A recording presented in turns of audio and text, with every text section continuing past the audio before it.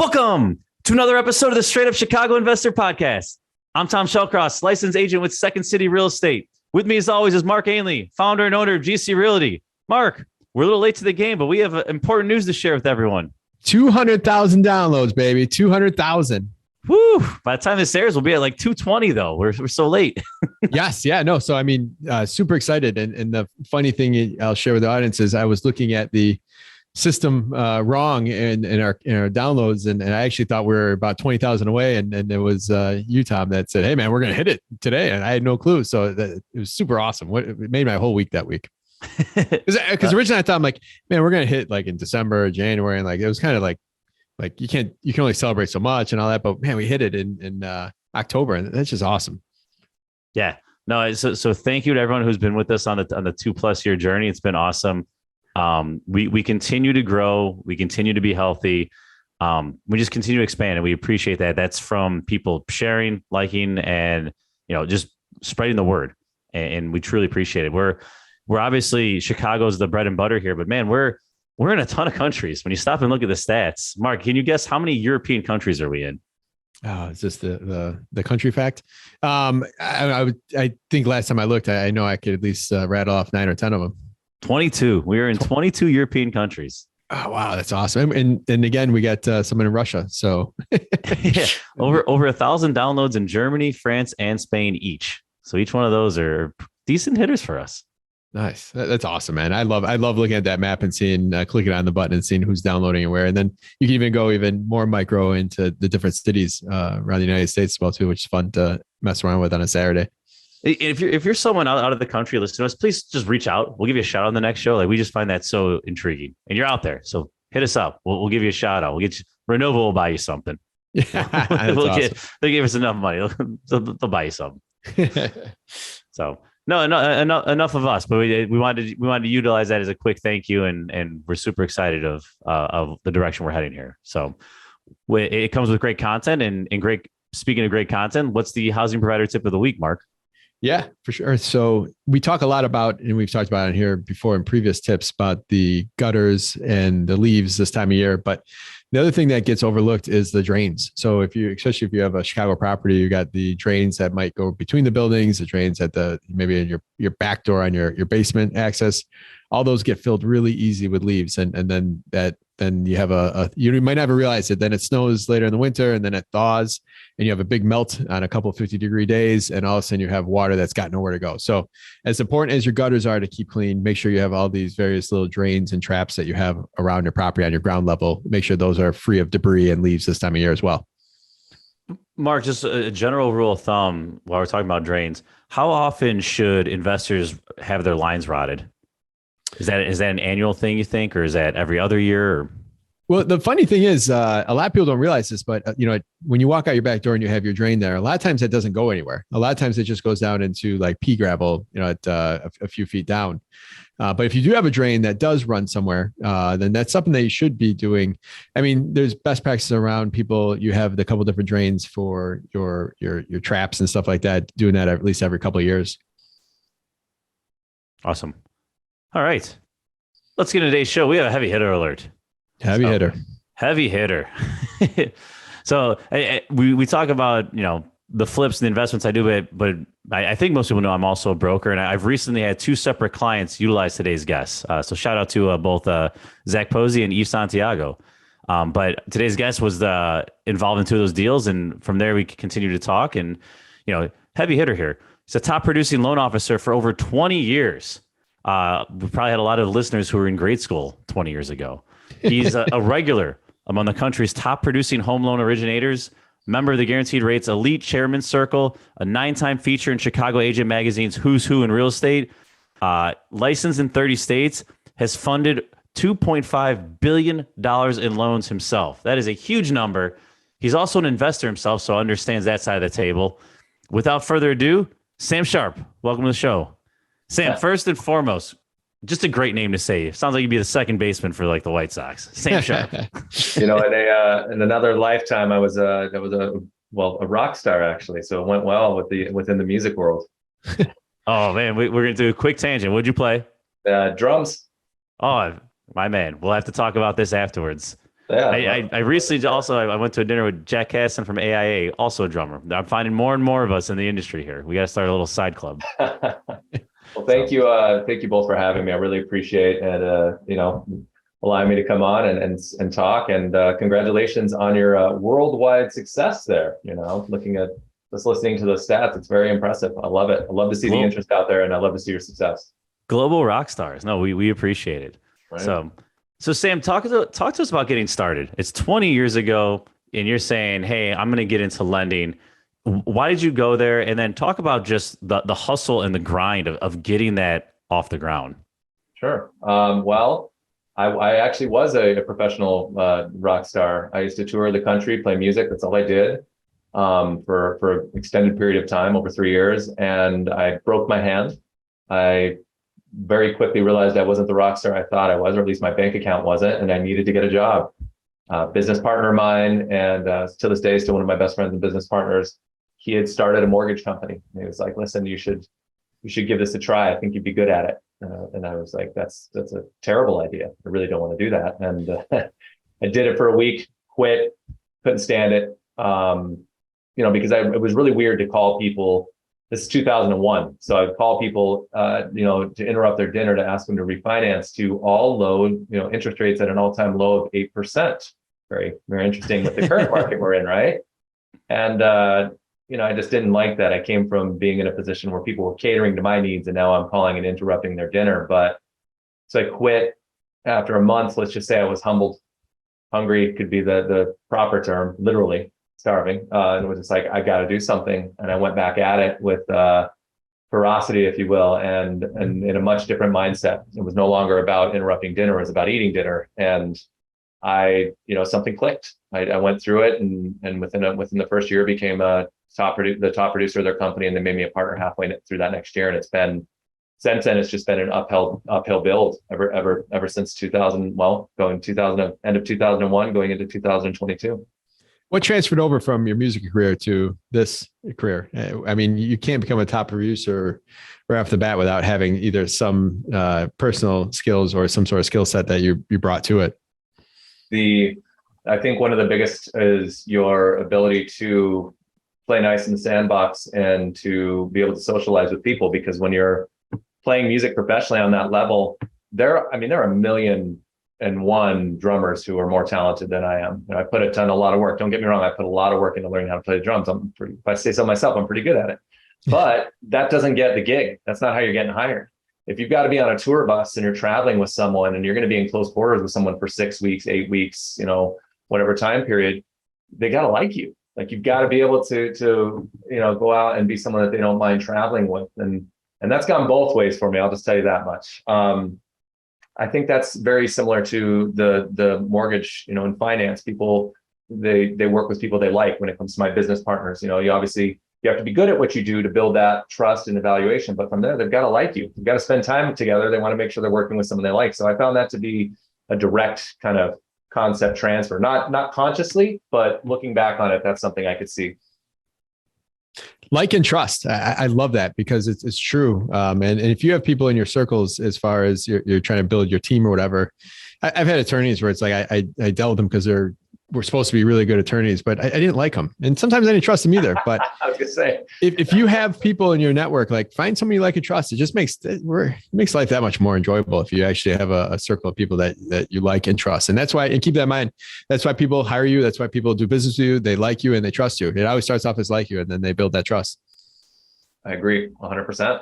So, and also, drums are mathematical, finance, right? Something I was always, it's just programmed into my brain. I never liked math very much, but was very good at it. And I feel like that probably has come into the problem solving aspect of this. That, and other than the fact that I went to school actually for psychology. So I don't know. You make the connection there. Renaissance man here. Yeah, I guess so. Circling back to that like and trust comment, I think one of the important questions, I forgot who told me this advice, but if I'm looking to add someone to my circle or to partner with someone, the question to ask is, when things hit the fan, do I want this guy in the foxhole with me? Right. Or this guy or gal? Like, when things are going, everyone's great when they're good and they can smile, but like, what is this person going to do when we are backed up against the wall? right? And like what, seeing that answer, that's very revealing. Yeah, if somebody doesn't get back to you when things are good, think about how fast they're going to get back to you when again hits the fan. Right. So yeah, I built a lot of relationships with my business partners, a lot like builders, developers, real estate agents. There was a lot of people who gave me that first shot out of the gate because I was coming in to try and save the day on someone else who had built that trust initially but didn't follow through. Right, overpromised, underdelivered, and now all of a sudden you had someone 2 days from closing wondering if they're going to be able to buy their home, and I would get the call like, hey, can you help? And then I would, jump in, build that rapport, save the day, so to speak. And then that formed some of my best relationships that I still have till this day. Let me dig into that, because your industry is filled with people that overpromise and underperform. Yes. And Yes. You, as somebody that is reputable, you have to go up against people that might be stretching the truth, BSing, not giving all the facts on maybe some of the details. How do you compete against that? Because if someone's going to say, I'll get you 4%, when you know damn well the truth is that you can only get them 5%, how do you compete in that industry and keep your integrity and build that trust? Education and communication. I think that really, the best thing that you can do is you can try to provide resources for people. You can look to connect with them and give them what they need to get through this transaction successfully. I mean, at the end of the day, we're playing with people's lives. Right. It is. And then you hear everyone say, like, I hear other lenders say the same thing, like, this is the biggest investment of your life and this and that. And they're not wrong. Like, no one's wrong in all that. But when you think about the fact that you're truly impacting people's families, their lives, their ability to sleep at night, their income and everything of that nature, the best thing you can do is just to try and help provide them and guide them and educate them so that they feel comfortable getting to their goals, try to understand those goals. And this is a sales industry that really is, unfortunately, I think one of the most unfortunate aspects of it, if you will, because you do run into those people who are very good at sales, but very bad at performing, right? They're really good at convincing you that you can get that 4%, and maybe you can get the 4%, like it's available, but they didn't know why you couldn't qualify. So for example, if a client comes to me to buy an investment property, and then they see my interest rate and say, this guy's giving me a rate that's much better. It's like, well, they gave you the rate on an owner-occupied property because they don't even understand enough that they're different interest rates, something of that nature. And that's a really good example when someone comes back your way. But, so educate people, give them the information, let them make the decisions. I find that, you do, if you work hard to make sure that people have a good understanding, whether they work with you or not, you've at least done something good, right? I've helped them. They're in a better position. And if, it's unfortunate if I wasn't the one who saw them across the finish line, but it's from there, as long as I've done that and I keep doing that, then it grows exponentially. Focus on the business and doing a good job, and the rest falls into place. Good stuff. All right, so let's talk about just getting started here. You start doing well, you make partner. At some point, we're cruising. The market's going bananas. It's 2008. Like, just talk about the shift in the market. Did you see things shifting? And then what was it like lending after the fact? Talk us through like that, I don't know, 18, 24 month period. Yeah, I think that it was, leading up to that period, it was a different time in lending, subprime lending, which everyone is obviously familiar with through the 2006 to 2008 crash and that debacle. Subprime lending, which was just basically lending to people with lesser credit and other issues. That was a big part of business when I got into this. So it was business that I was part of as well. I had my hand in a lot of subprime loans, and now I was usually very cautious and careful with talking to my clients about, their ability to afford what they're getting into and doing things. But when you go into that crash, well, now all of a sudden, all of those subprime lenders closed. They closed their doors. I remember New Century Bank was the first one, and when I saw the headlines of New Century was closing their doors, that was something, right? It was like, wow, this is serious. This is something we have to figure out what's going on here. And no one obviously knew what was about to happen and what we were about to experience. So one of the biggest things shifting was like, I had to go from this world of where I use different type of guidelines, different types of lending practices and understanding to educate people on what their options were. So now I had to switch gears. So now all of a sudden, no one can, if someone is in a 700 credit score, how are you going to get them a loan? What am I going to do to help people? Well, FHA, here we are. FHA was a way to try and help people purchase a home if they had other things that kept them from qualifying for conventional financing. I think one of the best things that happened for me in that time frame is that most people, like anything, they're afraid of what they don't understand, right? And they label things like, oh, FHA is for people with bad credit. Like, no, it's not actually.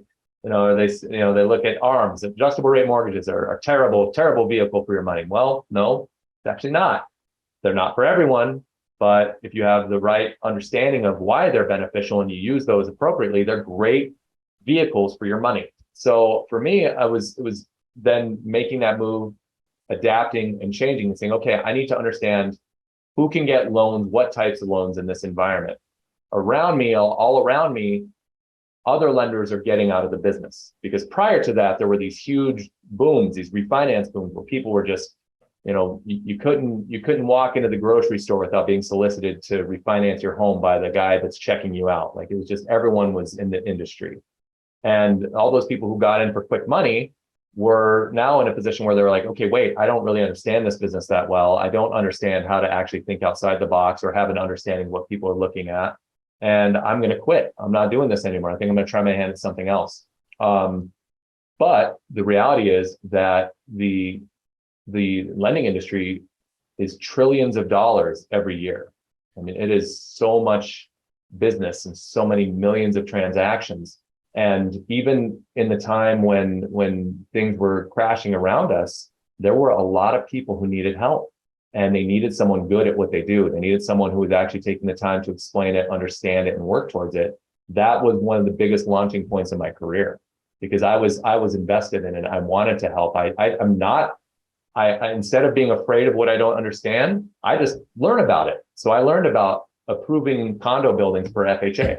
I used to go around and do these speak at associations about getting their building FHA approved, because they were afraid of it, because they would say, oh, well, we don't want a bunch of people buying in our building that have bad credit. This FHA is bad. And I would go through and I actually would try an exercise, and I would ask people just to do a kind of a blind study and to put the information, and they didn't have to put their names on it, to find out how much money they put down on their home when they bought their home, and a few questions that helped me very quickly show people that half the people in that room would need to use an FHA loan in that current environment, and how they should not, judge a book by its cover when they just don't understand the lending guidelines. So I use that as a transition to better understand, to help educate people. It was more important then than it ever was. People needed help more then than they ever did, and they needed someone good at it. So it was a different world, and it's very funny, because obviously that segues directly into where we're at now, and how that's become, again, it's not the same as 2006 and 2008. We have different factors at play here, but the need for someone who knows what they're doing and is invested in that, and that will help educate and guide you through that, now is more important than it's been ever. Yep. Going back to that timeline real quick, honest answer here. Did you ever think, man, time to get out? Right? Was there ever the self-doubt, or was it, hey, full steam ahead? No, I mean, I don't want to, I hate to say this out loud because it just sounds terrible, but I was crushing it. I went into 2006. I was doing a ton of business. I did a tremendous amount of business in 6 and 7 and 8. I mean, that's what led me to Guaranteed Rate. I was out producing everyone out there. I was helping more people buy homes than anyone. So I was the #1 purchase producer in the state. People were like, wow, you're doing a really good job. How are you doing that? And it's like, well, this is what I'm doing. And I've never in my entire career now of going on almost 23 years, I've actually never thought that. Same with the brokerage side back then. Like it was just crushing it. Like I would sell 20 or 30 condos in a condo conversion development. And I remember my one waking moment where I walked out. I was walking out of Arlington Heights, Chicago title, and I just bought $100,000 condo. And I walked out with a $10,000 check that I got back somehow through creative financing and 2 loans and all that stuff. Like, I'm like, this is not right. Like this is 80-20 with some seller credits. Yeah. And I literally walked out with $10,000 that I went and put down on another property somewhere else for something else I was working on. Like it just was so jacked up back then, but things like, I think there's just so much money and so many deals, and just, it was a train that was tough to stop until it hit a wall. Well, think about a graph, if you will, and just imagine, if you will, a pie chart. And in that pie chart, let's say put $2 trillion in lending, because that's a realistic number of annual lending revenue. Now, let's just say you want to carve out, I don't know, for me, $1 billion a year. You want to do $1 billion a year, and I was to put that on that pie chart of $2 trillion, you're barely going to see the sliver of what that looks like, right? So for market share and to go out and to do what you want to do, it's really a very attainable goal if you approach it, scale your business, and understand it properly. You know, it'd be different if I was in an industry where lending was like, okay, well, there's only going to be 1 billion in transactions, and there's going to be 400,000 licensed loan officers fighting for it. Then it would be like, maybe then I'd be like, might be time to get into, I don't know, real estate. Yeah. There's a really good episode, American Greed. The episode's probably about 5 or 6 years old, but I forgot the lender's name, but the lender out of Florida that was, they're one of the second after New Century to fall. But they have the whole backstory about how them as a lender got into the hot water and ultimately the collapse of them. Wasn't just, that's the thing though, is it wasn't the subprime lenders. American Home Mortgage was one of the largest lenders in the country. I almost signed on them. Fortunately, no offense to them. I'm glad I didn't. I was literally about to sign my contract, negotiating with them, when I got turned on to Barton Pitts, an amazing individual. If he was listening, love you, Barton. You were great. And he connected me to a company called Professional Mortgage Partners, which is now Wintrust. And American Home Mortgage was made up of a lot of great people, but the problem is that they were servicing all their loans, right? They had this huge servicing portfolio. So when the market crashed, they got a margin call, right? And that was it. Like, liquid, you're not liquid. You own a bunch of properties that are now underwater and no one wants to pay for them, and we want our money.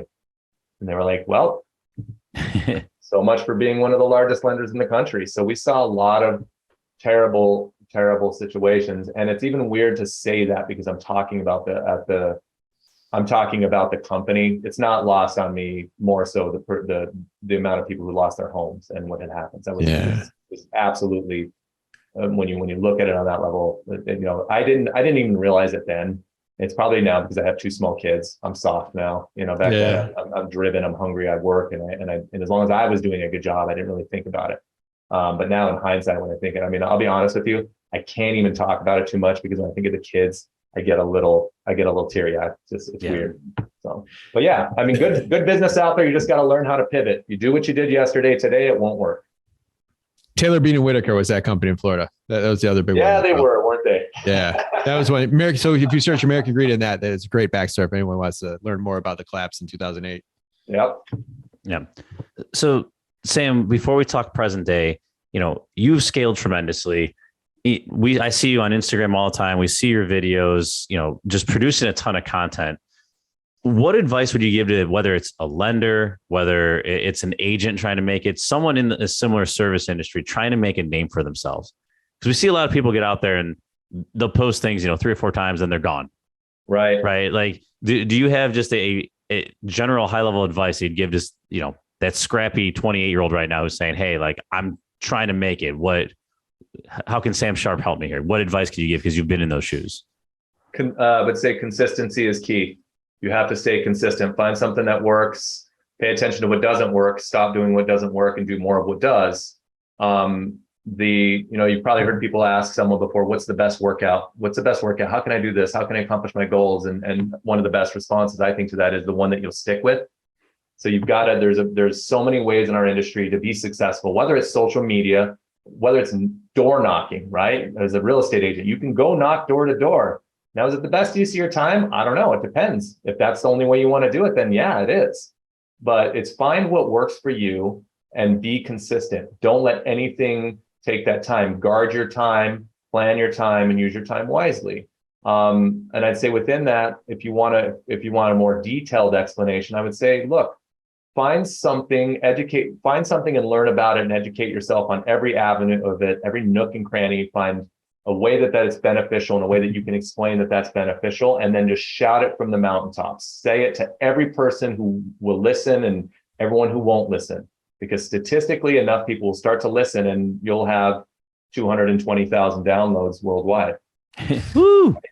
Like, stay consistent, stay with it, find value, find content, put it out there. If you're not doing it social media, I think it's a great avenue, but if you're not doing it that way, then find out, how do you want to do it? Are you a networker? Do you want to go to a networking events? Great. Then go to them, learn about them, find something to say, educate yourself.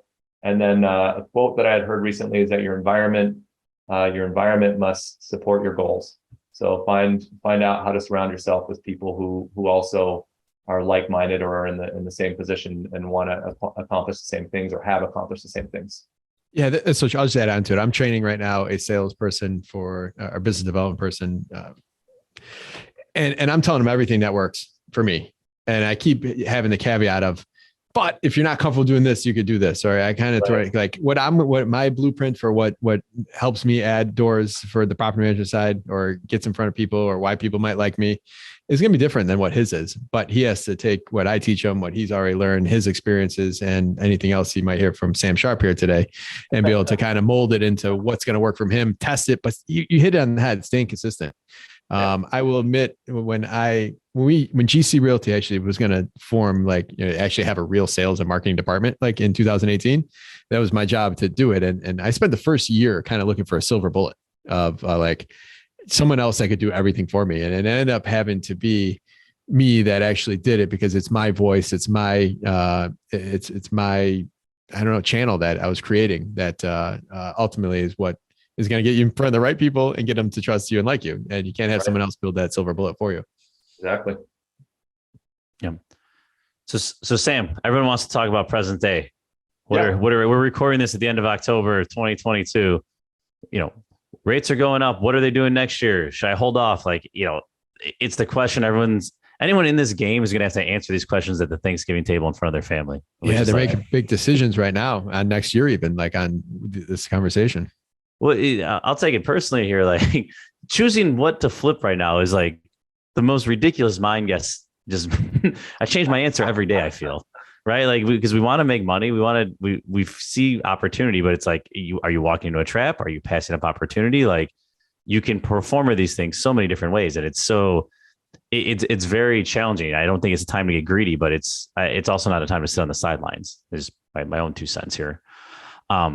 But going back to the question, let's talk about today, right?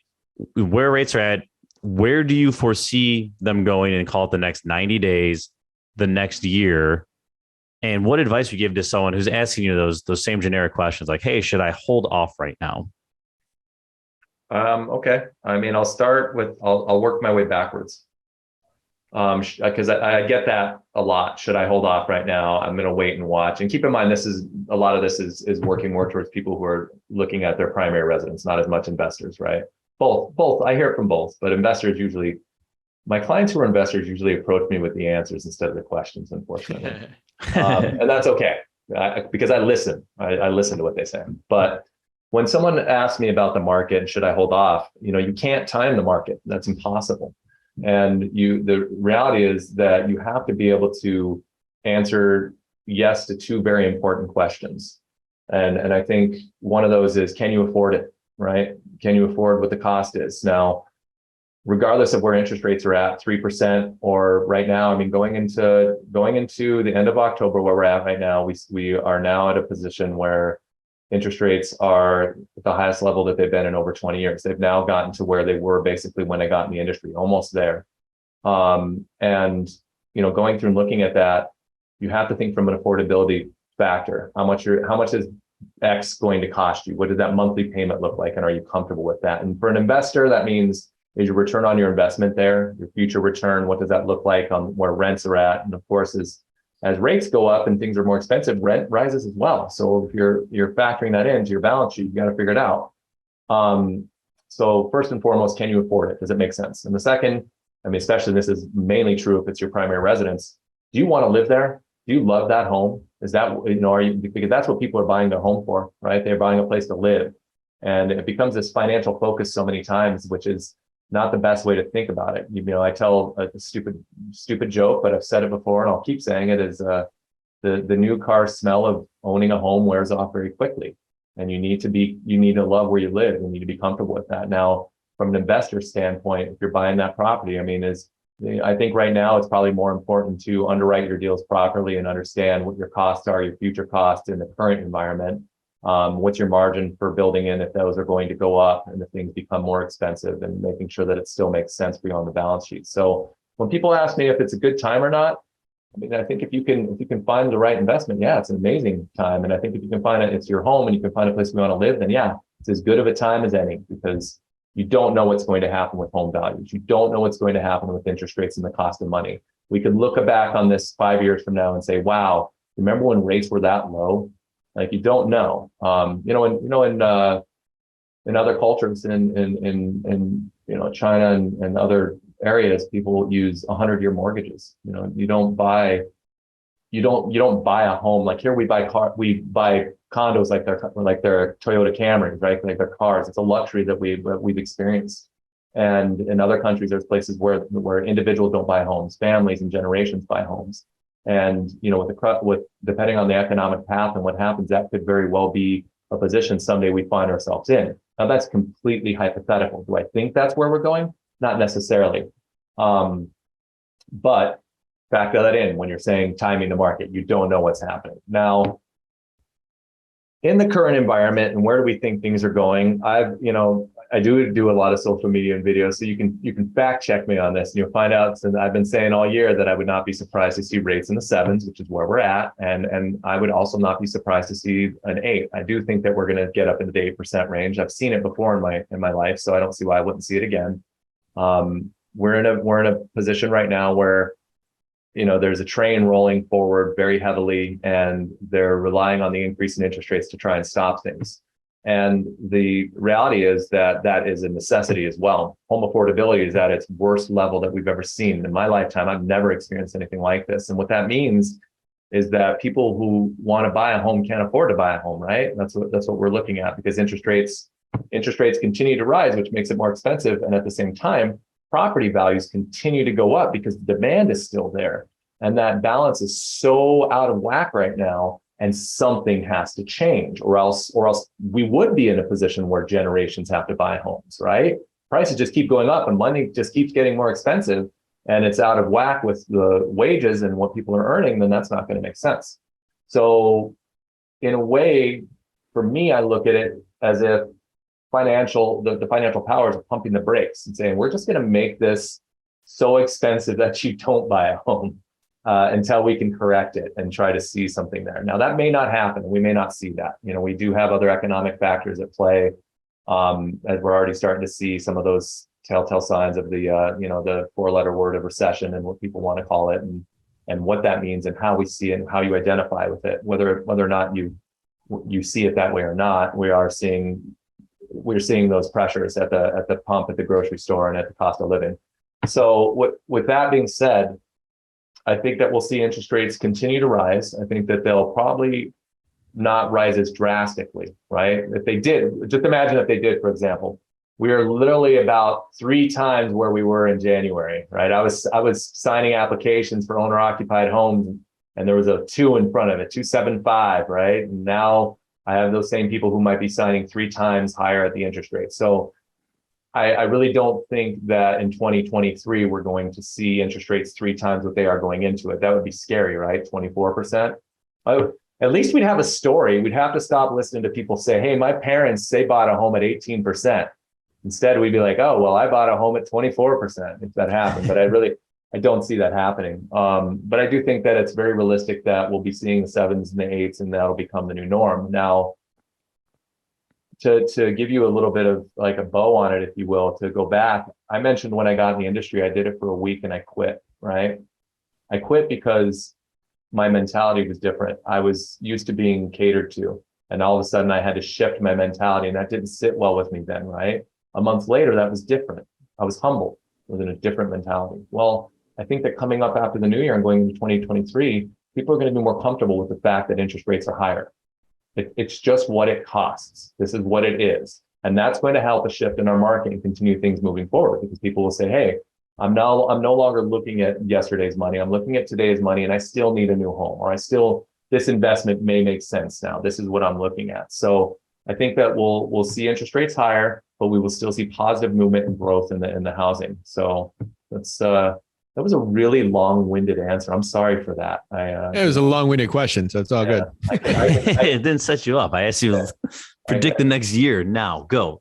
But I will say that the goal now is, again, to educate ourselves on what's out there, what's available. How do we buy a home right now? How do we buy an investment property? How do we make those numbers make sense? Which tools and resources are out there? It's more important now to understand that than ever. And that's the focus on how do we continue to help provide people these opportunities in the future, and for us in the industry and as professionals, how do we continue to grow our careers and to make sure that we're succeeding?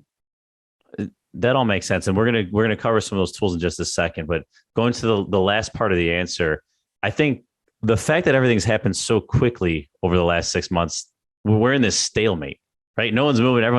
There's economic uncertainty. No one knows what to do, and it's just sellers aren't dropping and buyers aren't buying, and where everyone's just staring at each other. Right. I think just having that roadmap now, for the first time, the Feds have said like, hey, well, this is where we think things are going to be. I think that just provides a little bit more stability, whether we go up or down in the market. It's at least knowing like, all right, well, rates should be around here. At least we can somewhat plan for a target, right? As opposed to like, are they doubling? It's hard. Right? The same Feds who said inflation was transitory last year. Yeah. Like, so, but and that's not a bash on the Feds by any means. They're smarter than I am, but yeah, we'll see. They're not smarter. They just have more access to information than you do. Like they sure do seem to be very well informed, don't they? Yeah. So, Sam, you mentioned some tools. One of the things that I've seen you post several times now are these Buydowns, right? So can you talk to us just what is this product for someone who's never heard of it? Give us the high level, and then Mark and I will dive in with some questions. Okay, so there's a couple different types of buy downs. So I think it's important to differentiate that up front. You have a temporary buy down and a permanent buy down. Okay, and I'll start with the latter because it's shorter. A permanent buy down is when you pay a fee up front for a lower interest rate. So let's say the going interest rate was 7.25, and these are all fictitious numbers. Let's just say it's 7.25, and you can pay 1% of your loan, and your new interest rate would be 6.875.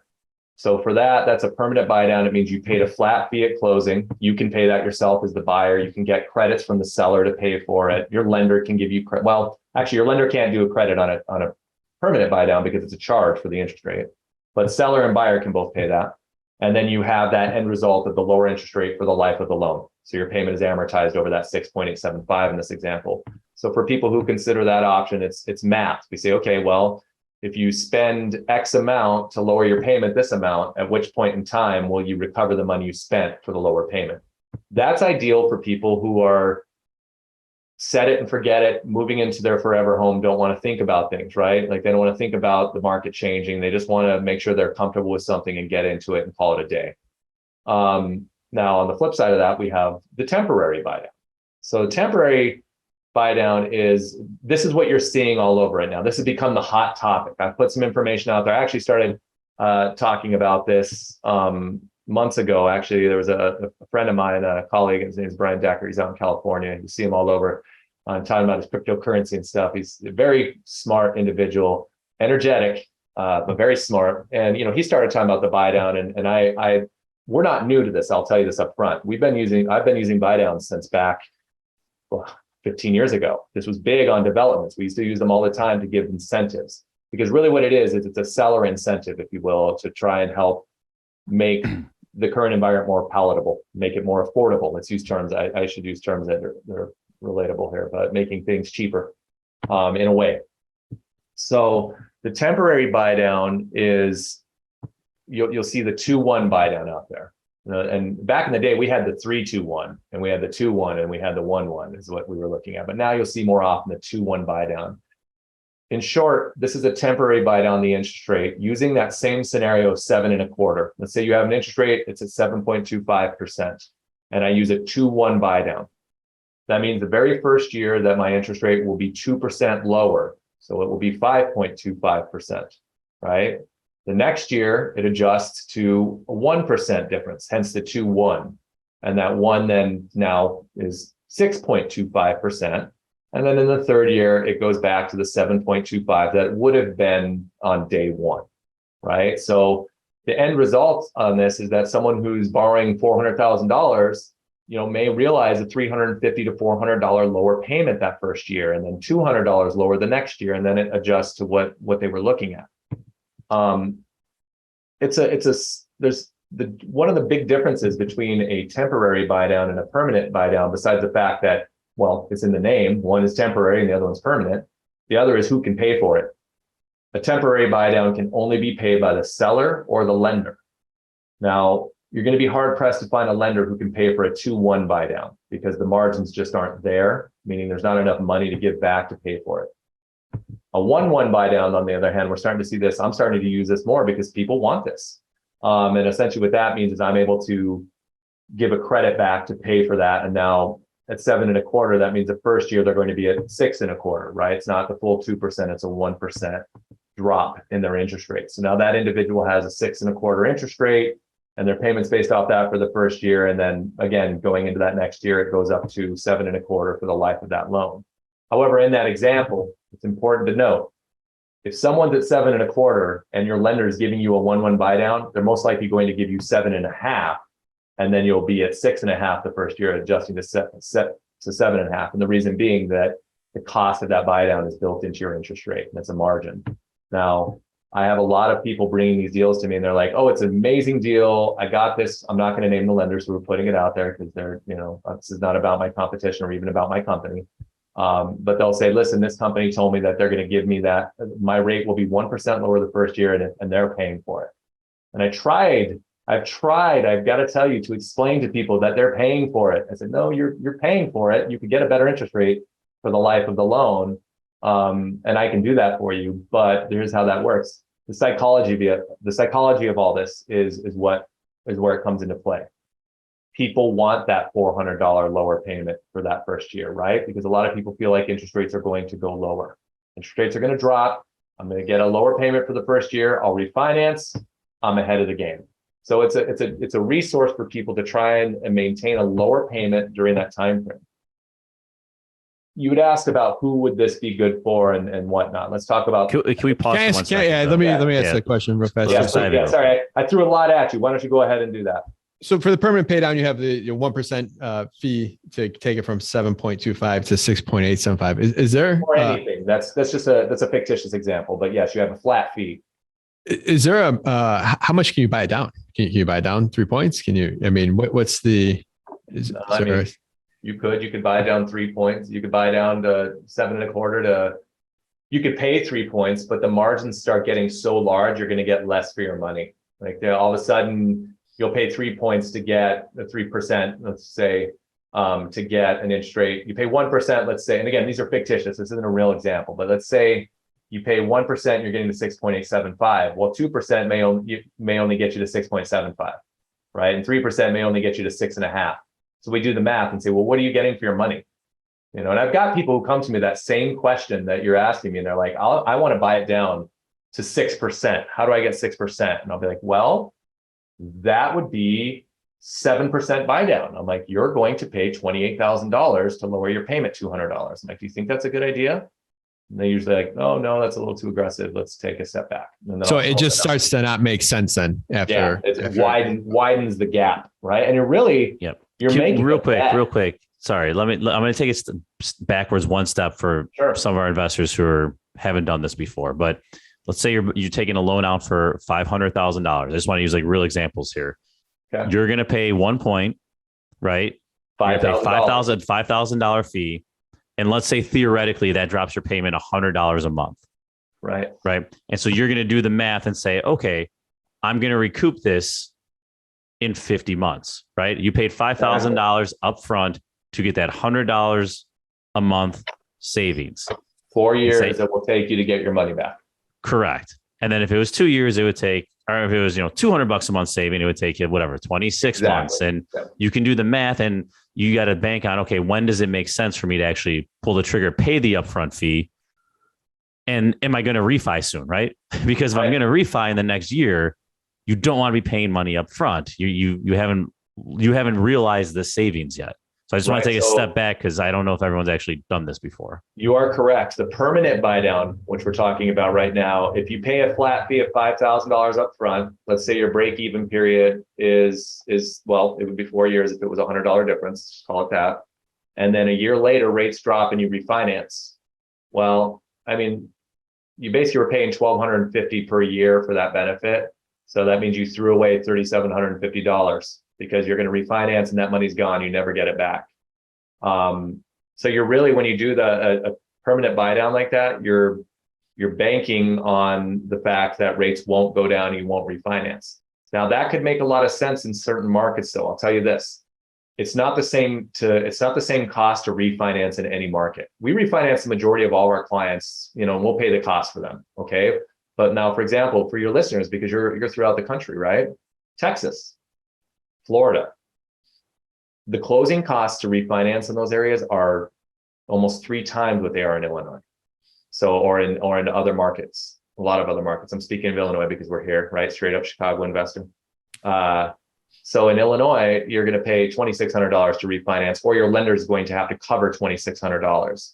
In Texas, you're going to have to pay $6,000 or $7,000. So now in this example, let's say that you think rates are going down and you're going to refinance. Well, if you have a $150,000 loan amount, no way I'm covering those costs. There's no way to do it. So it's going to cost you $6,000 to refinance. So maybe the buy down up front makes sense there because chances are you're not refinancing anytime soon. That's a really good example of why you have to work with people who understand this and understand that system instead of people who are just trying to sell you on the transaction, right? They've got to explain to you what's the pro, what's in it, what's the pros, what's the cons. And of course, I think a good question for people to ask is, why wouldn't I want to do this? Right. And hopefully you get it. Hopefully you get an honest answer, because that's a reason to do it. Now, it's a great question to ask your lender. Yeah, right. Yeah, it really is. At the same time, keep in mind on the temporary buy down though, that unused portion is credited towards your balance. Now, I love this because that was even something I thought about, right? We started telling people, listen, you can get a seller credit to buy down your interest rate. And someone who's savvy says, well, I can just get the seller credit. I don't need to buy down the interest rate. It's the same thing, dollar for dollar. You're going to give me $12,000 to buy down my interest rate, or you just give me $12,000 and I'll pay the payment myself, right? It is exactly the same, dollar for dollar. Got it. So if you can get on board with the seller, let's say I flipped the home, I'm selling it. Mark's coming in to buy it. Him and his wife are pumped about the home. Yep. They go to Sam, or I've gone to Sam. I've proactively said, hey, we have this 2-1 buy down if you work with this lender. And in your example, it's $12,000. They end up moving in 3 months. They're still recouping that whole 12. It's basically, I'm giving them 12 grand, and one way or another, they're going to have right. It. Well, not the whole 12. Like, let's say they've saved $800 in payments over the time before they get out of the property. Then they'll get the difference between what they've saved in interest and the remaining balance. So one way or another, they're going to save $12,000. They're going to get $11,000 to go towards their balance on their loan. So when they pay out their loan, but they already saved $1,000. Like one way or another, it's 12. Yeah, you're getting the money no matter what. You're either getting it when so for some people, they'll take this and they'll say, okay, great. My payment was lower for the first year, $400. And then I refinanced. I got the additional $6,000 that was left over that paid down my balance. And I was more comfortable for that first year. And I paid that payment. And from a psychology perspective, what I'm finding is people like that. They really like that feeling. They want, and now some other people out there, and this is, investors, a savvy investor might say, no, give me the $12,000. I'm going to make money off it and I'll pay it myself. Right. But not everyone wants to do that. That's not how that works. So it's a matter of what works best for someone and what makes them feel comfortable, because that's what we need. We need to say, all right, well, what makes you comfortable and what meets your goals? Yeah. So go ahead, Mark. I was going to say right now, like I'm talking to multiple people a week that are questioning, like I either spent too much on my flip or I can't get what I expected on my ARV. Yeah. Here's your out, man. Yeah. Like how can our listeners, or if you're the listing agent. Yeah. However, how can our listing agents, how can our flippers are kind of stuck right now question, should they rent it out or not? And they really don't want to, like, how do they utilize this as a marketing tool to be able to attract a buyer that can afford that house for $200-$300 less a month, that because they're able to creatively buy down that interest rate? So let's look at it from this perspective. if you're a real estate agent, you're trying to sell a property that's been on the market for a while and it's not selling, what's the first thing you probably people want to do?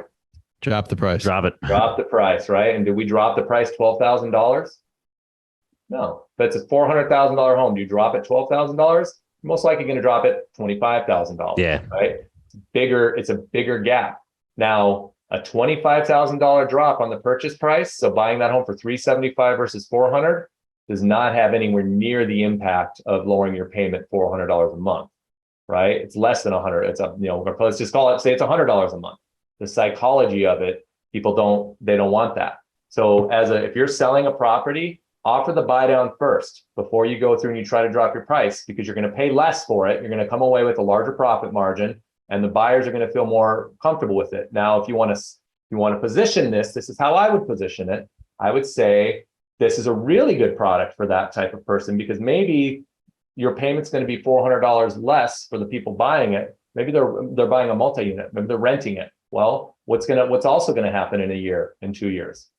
Rent goes up. So right now it's lower, and you got the lower payment.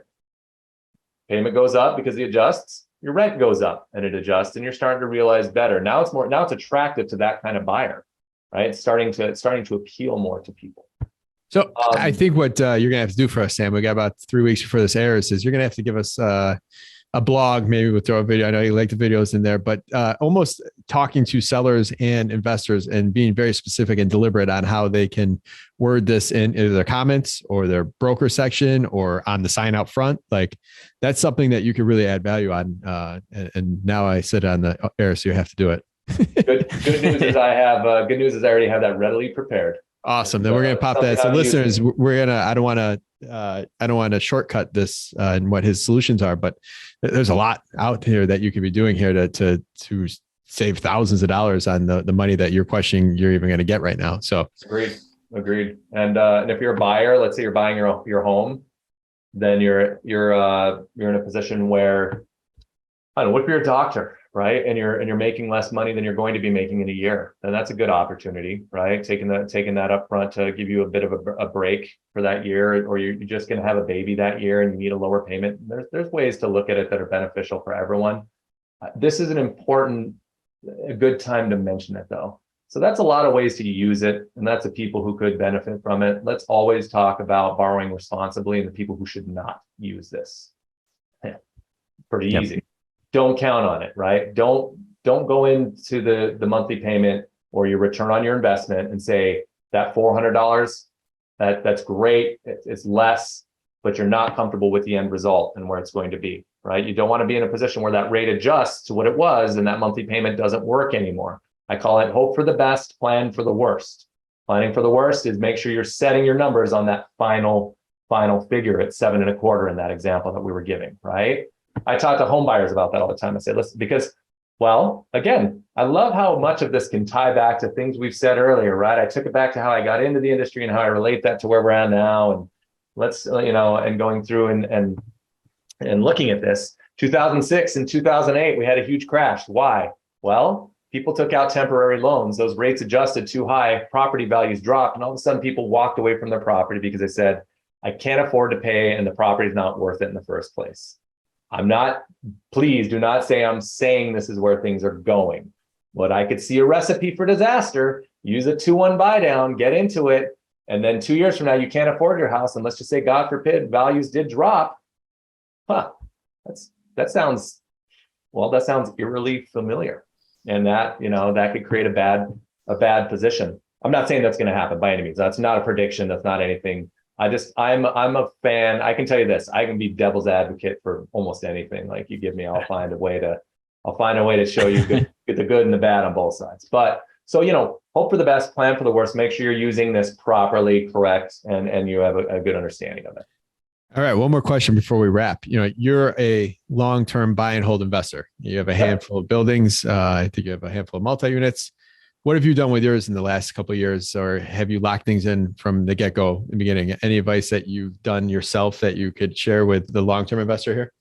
Okay, so yeah, I am long-term investor. My properties, I don't even own them anymore. My kids do, right? They're in a trust for my kids. I'm a bit of a different investor. Okay, I'm fortunate enough to be good at my career, which makes me cash heavy. I like to buy long-term hold properties, and I put them on 15-year notes because that was the cheapest money and the way to still leverage the cash but pay the least amount of interest. Really is the best vehicle for me. Conventional money, right? Fannie, Freddie money. So I put down 30% usually. I'll put 30% down on these properties. I put them in a 15-year fixed. Now it's funny because Mark, you and I have met at these the real estate summits. I've had interesting discussions with people who are very good at what they do, where they thought my investments don't make sense because I would say I'm going to put 30% into this. I'm buying it on a 15-year fixed, and all I cared about, my focus point for my mantra was like, okay, as long as I break even, my taxes, my insurance, and my mortgage are paid for, I don't need cash flow, right? I'm like, I don't need cash flow. Well, there is hidden cash flow in there, right? Because I may be breaking even, but how much of that's paying down my mortgage, right? You see all these clever ads. You're paying a mortgage, just not yours. Like whatever, Well, but that's the reality. Now looking at this and what I did that, and fortunately I was right. Those properties now are all more than halfway paid off. I can't even recognize them. I don't even know. I see the loan balance, like, which one is that tied to? Oh my God, that's all I owe. And I didn't pay it, right? And the best part is my rents went up. So now they are all taking cash flow upon all that. And I leverage my cash. It's not like I increase my monthly payments. I put them on 15-year plans. But the best part is that now I've got these multi-units that in a very short period of time will be owned free and clear.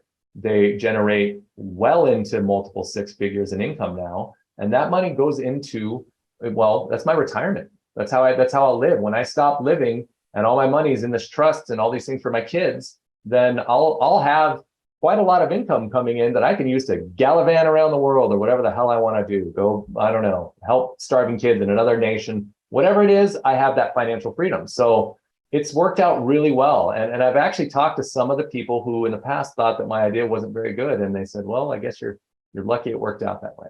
So back to the comment, everyone's different and everyone's got a different approach. And everyone's got a different strategy. So that's very attractive to a lot of people. And some people are like, how does he do it? All I want is cash flow in my life. So different financial situation, right? Some people want this to be their income and their job, and they need that for what they're doing right now. The same people who told me they didn't think it was a good idea were very smart and knew a lot better things to do with that 30%. They knew a lot better things to do if you found the right deal. For me, it took away from my primary moneymaker, which was mortgages, right? I'm a lender. I'm like, listen, just because I can't focus the time I need to understand how to better leverage that investment doesn't mean I should sit on the sidelines and not invest at all. So I found a way that worked for me to invest and get into it. And thankfully I did. And I plan on, and just to let you know, I plan on completely continuing that. I'm not stopping by any means. I'm just getting started. I will continue to build and use this same model. Awesome. That's good stuff. It's nice to hear a lender not do the refi till you die approach. Yeah. Maybe that's good for some people though, not for me. All right, Tom, you ready to wrap? Let's wrap. All right, Sam, you ready? What do you got for me? He took a chug of water. Do I have to really rap? Do I have to rhyme here? I said I'm a drummer. I can't do this. All right, Sam. What's your competitive advantage? How have you been able to do all this all these accolades, top performers, awards, all this stuff, while so many other people wish they could? Not to be repetitive, but it's education and communication, setting up a very clear directive and a intentional process for my clients, and explaining that has been what sets me apart from almost all of the other people in the industry. All right. So wearing your investor hat here, what is one piece of advice you would tell someone that is yet to buy their first property here in Chicago? Understand the cost of repairs and make sure that you align yourself with, if you can't swing a hammer, make sure you've got a lot of people who can and understand when you can use them. You don't want to be caught in a position where, like I'll tell you this, I was in a position where I used very much the same GC for everything. And once they got too busy and they couldn't work with me anymore, and I got a call on Christmas Eve to go out and fix something, I had to pay a lot more to get someone else to do it, right? So find yourself a good stable of your people that are going to help you make sure that these properties are properly maintained if you're not doing it yourself. Awesome. What do you do for fun? Oh, well, God, I'm an old sappy man. I play with my kids. Don't know what to tell you. That's it. Love hanging out with my wife and my family. And, I like to play music and do things like that. But really my life and it's so funny. I'm 47 years old. My kids are 5.5 and 3.5. They're young. I started late, and that's what even talking about is what makes me smile. It's a good book, podcast, or self-development activity that you would recommend to our listeners. Okay, good book. Never Split the Difference. Chris Voss. There we go. Okay, and I'll let anyone take with it from they will. If you want to use it as a book on negotiation tactics, great. But that's not what it was for me. What I love about that book, if you've read it, is that you know that every chapter is real and it starts with a real story, right? Good books tell a good story, and that book tells one in every chapter, and it's this real, relatable source. That taught me how to be a better speaker. It taught me how to relate to people better. It also helped me with negotiations. And I have to say, probably one of the most impactful books I've ever read. I tried getting him on here as a guest, but they wanted like $5,000. I tried to get through, like, I know someone else had him on his podcast, and I was trying, I'm like, if he did it, we could do it. Like, but I hit a wall and I never followed up. He's awesome, right? He's awesome. His book he's got so much content on YouTube and stuff like that now. He's so many different podcasts and interviews. He's great. We could probably crowdfund that thing, man. People are talking. Every listener give $2. Wow, you absolutely hit that on the head. I guarantee 220,000 listeners out there. Everyone put up. That's how much is that? Do the math. 220,000 people. It's like 50 cents. I don't know what it is. I'm sorry. I'm in finance. I shouldn't throw fake numbers out there like that. Okay. All right. Besides yourself, name one person in your local network you'd highly recommend to other investors as a quality resource. Okay. I'm never afraid to bring up Harley Rosenthal. He's an attorney. He works in real estate. He's an amazing individual. I've worked with him and his family for a long time. He's a great guy. He's good at what he does, and he's real estate focused. He's great for new developments and sellers. And I mean that because I wasn't prepared for that question. So, if Harley ever listens, Harley, love you. You're a great guy. I've worked with him and his family for a long time, and only because they are great at what they do. Sam, great stuff. You provide a ton of value to our listeners. How can they learn more about you? Is there any way they can provide value to you? The obvious. Find me on social media. Get out there and support, comment. If you're a veteran, I'm a huge advocate for veterans and helping better understand your resources. I've got a group on Facebook called VA Benefits. Look for that and join the group and contribute. That would be a huge. That's something that would be really great. That goes back to when I said I like, if I help someone and they don't work with me, I'm glad I helped. That's my thing with veterans. If I can help educate them, even if they don't use me for their loan, I've helped someone who earned it. And so yeah, go out there and find me on LinkedIn. Well, probably not LinkedIn. If you're professional, find me on LinkedIn. If you want to be, match my white collar. But otherwise, find me on Instagram. I'm going to say it, TikTok, and Facebook, because I need the support out there. And if you've ever worked with me in the past and you haven't done so, please leave me a positive review online, because it's like social currency. Good stuff. Mark, are you ready for this fact? Who are we playing for? We're paying for Octavio Flores out of Berwyn. He bought a t-shirt and he's playing for a $50 Chicago fact brought to you by Renovo. Let's do this. All right. So depending on who you ask, Chicago's population is roughly about 2.7 million. And that's just, within the city limits, not the metro area, just the city.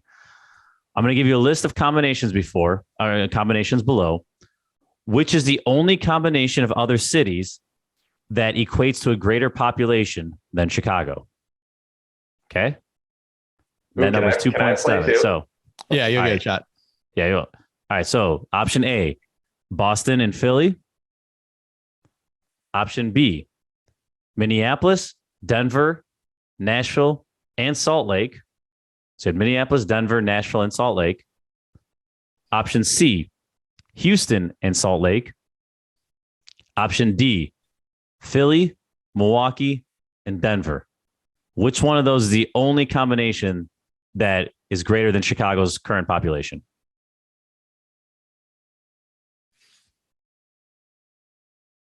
Both of us? Should rapid fire here? I feel like this might be a trick question. I know Houston has a lot of people. I'm not sure how many Salt Lake has, but that would put us pretty close. I would say Houston Salt Lake combination. I'm going to go D. So you're going Final Philly, answer, boys? Milwaukee, Denver. Yeah. Philly, Milwaukee, Denver is correct. Oh, yeah. I tricked you with that Houston Salt Lake. Salt Lake's only got like 200 grand. And they're losing their lake too. I watched something the other day about it's drying up. It's salty. Yeah. What always amazed me too is Milwaukee. Like as big as Milwaukee is, it's only like 600,000 people in there. Like it's literally only like 3 Napervilles. Like if you really break it down, like well, the craziest one, and I was just there last weekend for the Bears game, Boston, 700,000 people. Wow. See, That is it's crazy. half the size of Philly population wise. It's geographically really small. Yeah. I had an unfair advantage there. I grew up outside of Denver, so I know the There size. you go. Of Denver. We tied it I know in. the size of Denver. That's awesome. I love it. Well, I apologize, Octavio. We did not get you, but we'll put you back in the bucket to get your name drawn again to maybe win on the next Chicago Fact. It doesn't. The guest doesn't count. It's got to be you. It's selfish. Oh man. All right. We get to make the rules here, right? That's great. All right. Octavio, I want to say congratulations. We'll get you out your $50 gift card brought to you by Renovo. We're not adding any of that. That rolls. That's awesome. All right. Sam, thank you so much. Tom, thank you as always. I love your word. You said phrase social currency. Listeners, please go online, leave us a 5-star review on iTunes or Google or wherever you're getting this from. Feel free to send us out any sort of guests you think that would make good. We talked about Voss here today. If anyone knows him or knows one of his social media person, or someone wants to do a GoFundMe or whatever, let's have fun with this. But help us online and help us continue our reputation by sharing our stuff and liking our stuff and giving us reviews. So Sam, thank you very much. Tom, thank you as always. And listeners, we'll see you next week. Thank you, Joe. Thanks all.